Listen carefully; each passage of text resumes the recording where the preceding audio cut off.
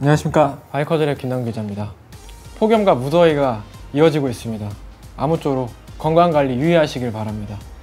그리고 또 시작하기 앞서서 괜히 또 몇 마디씩 하고 시작하게 되는데 요즘에 그 바이커즈 랩 썸네일 보시면 아시겠지만 저는 다 내려놨습니다.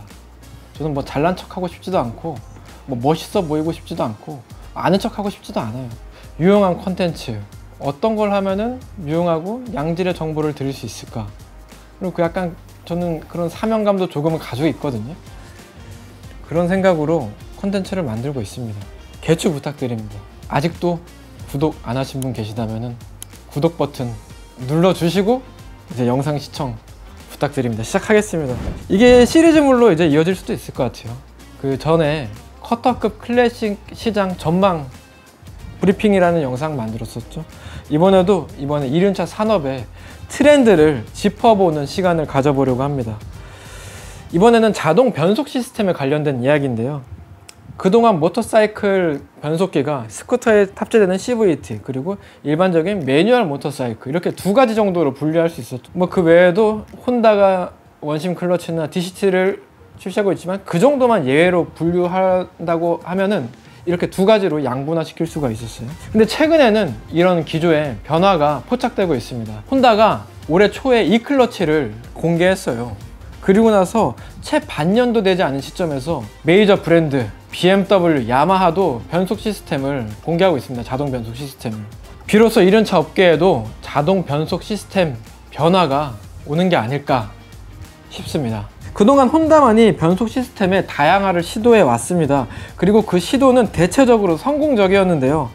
1958년에 개발해 슈퍼커브에 탑재시킨 원심 클러치는 2024년 현재까지도 꾸준히 애용되고 있고요. 2010년에 공개한 듀얼 클러치 트랜스미션 DCT 역시 현재 레블 1100, 골드윙, 아프리카 트윈, 포르자 750, NT 1100 등 다양한 기종에 적용되고 있습니다. 특히 이 DCT 모델은 인기가 많은데 골드윙은 국내 판매 모델의 90% 이상이 DCT 모델이고요. 레벨 1100도 DCT 모델의 판매 비중이 60%를 넘습니다. 그리고 올해 초에는 변속의 자율성을 보장한 채 주행의 편의성까지 끌어올린 E-클러치 시스템을 개발했습니다. E-클러치를 탑재한 CBR650R과 CB650R은 국내에도 곧 정식 출시될 예정이고요. 이와 같은 혼다의 자동 변속 시스템 독점 상황이 경쟁 브랜드를 자극시켰습니다. BMW는 ASA 시스템을 개발했습니다. 구조는 E-클러치와 비슷합니다. 두 개의 전자식 액추에이터가 6단 변속기에 결합돼서 변속을 실시하는 방식입니다. 하지만 E-클러치와 결정적인 차이점이 있는데 ASA는 클러치 레버가 없다는 점입니다. 이 E-클러치가 클러치 레버가 있어서 언제든지 매뉴얼 모터사이클처럼 주행할 수 있는 것에 비해서 ASA는 일반적인 매뉴얼 모터사이클의 주행이 불가합니다. ASA가 처음으로 탑재되는 기종이 R1300GS거든요. 아무래도 R1300GS는 이렇게 클러치, 반클러치도 쓰면서 오프로드 주파하고 그런 차량인데, 그러다 보니까 이 부분이 크게 단점으로 느껴지는 것 같습니다. ASA의 모드는 M과 D 두 가지입니다. M 모드에서는 시프트 페달을 밟아서 변속하게 됩니다. 기존의 킥 시프트와 같은 조작 방식입니다. 단 출발과 정지 시에도 시동이 꺼질 염려가 없기에 퀵 시프트의 상위 호환격으로 볼 수 있습니다. D모드에서는 스로틀 그립만 조작하면 자동으로 변속이 됩니다. 야마하는 YAMT를 공개했습니다. 얌트라고 요즘에 또 줄여서 부르시더라고요.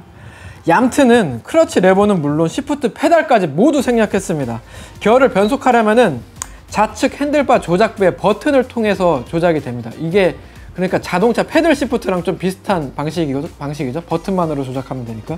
얌트도 두 가지 작동 모드를 제공합니다. MT 모드에서는 버튼을 눌러서 기어를 수동으로 변경하고, AT 모드에서는 스로틀 그립만 감으면은 MCU, 모터 컨트롤 유닛이 자동으로 변속을 실시합니다. 얌트는 MT09 차량에 처음으로 탑재됩니다. 도심 주행, 스포츠 라이딩, 코너링 등 다양한 주행 환경을 만족시켜야 하는 기종이기 때문에 야마하는 얌트를 MT09에 탑재시켜서 다양한 주행 환경에 잘 어울린다는 걸 좀 강조하는 것으로 보입니다. 이렇듯 혼다를 필두로 BMW, 야마하까지 자동 변속 시스템을 차례대로 선보이고 있는데, 이게 자동 변속 시스템이 시장에 제대로 안착할 수 있을지는 조금 더 두고 봐야 될 것 같다는 생각이 듭니다. 이 자동 변속 시스템을 탑재한 기종들을 보면요, 이게 생활형 이동 수단이라기보다는 이제 레저, 취미 활동 영역에 있는 기종들이란 말이죠. 근데 이 기종들은 물론 주행의 편의성도 중요하겠지만 이 컨트롤의 재미, 내 라이딩 스킬을 자유자재로 이제 구사할 수 있는 그런 용이성, 자유도, 이런 부분들이 중요하단 말이죠. 그럼에도 이 혼다 DCT가 시장에 잘 자리를 잡고 있잖아요. 판매량도 잘 나오고. 그렇기 때문에 이 라이더들, 대중의 수요는, 자동 변속에 따른 그런 수요는 저는 분명하다고 생각이 듭니다.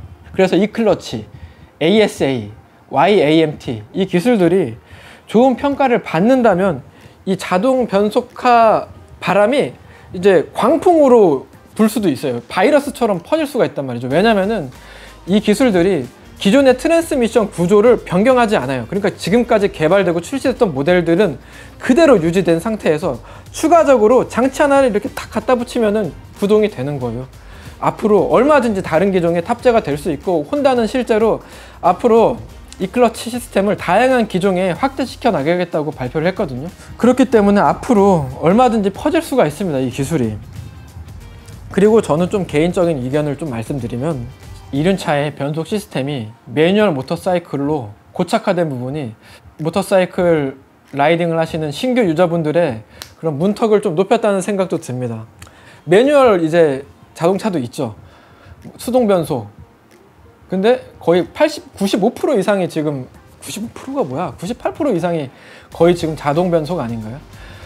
근데 이제 모터사이클 같은 경우에는 거의 지금 수동 변속이고, 수동 변속이 이제 시동이 꺼질 염려도 있고, 정확한 변속 방법을 익히지 않으면 위험할 수 있기 때문에 이게 상당한 문턱으로 작용을 합니다, 입문에 있어서. 그리고 주행 피로도가 높다는 점도 단점으로 지적해 볼 수가 있겠고요.